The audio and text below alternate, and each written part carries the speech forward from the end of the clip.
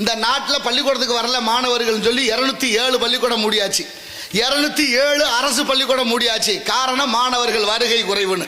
மாணவர்கள் வரலைன்னு பள்ளிக்கூடத்தை மூடுன நீங்க குடிக்க ஆள் வரலைன்னு ஒரு சாடையா கூட மூடுனதா தெரியல. ஆனா எதை நோக்கி பயணிச்சுக்கிட்டு இருக்கிறோம் எல்லாரும்? ஆன்மீகம் எப்படி இருக்கு? 1008 கோயில் சிவன் கோயில். அதுல முதல் கோயில் உத்தரகோச மங்கை, பாண்டிய நாடு, பழம்பதி நாடு. கோயில் இல்லாத ஊர்ல குடியிருக்க கூடாதுன்னு ஏன் சொன்னாங்க? கோயிலுக்கு போகணும்னு நினைச்சா குளிக்கணும்னு தோணும். குளிச்சாக்குன்னா சரியான தூய்மையான ஆடையை உடுத்தணும்னு தோணும். கோயிலுக்கு போயாச்சுன்னா கண்டதா பேசக்கூடாதுங்கிற எண்ணம் வரும். கோயிலுக்கு போயாச்சுன்னா பக்தியோட இருக்கணுங்கிற நல்ல பக்குவம் வரும். இதற்காகவே மனிதர்களுக்கு இன்றியமையாத ஒன்று ஆன்மீகம்.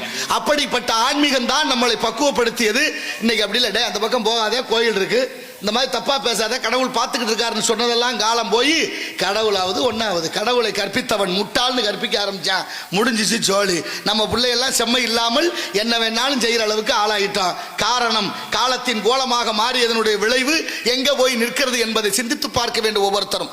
கடவுள் இல்லாமல், இறைவன் இல்லாமல் எதுவும் இல்லை என்பதுதான் முடிந்த முடிவு.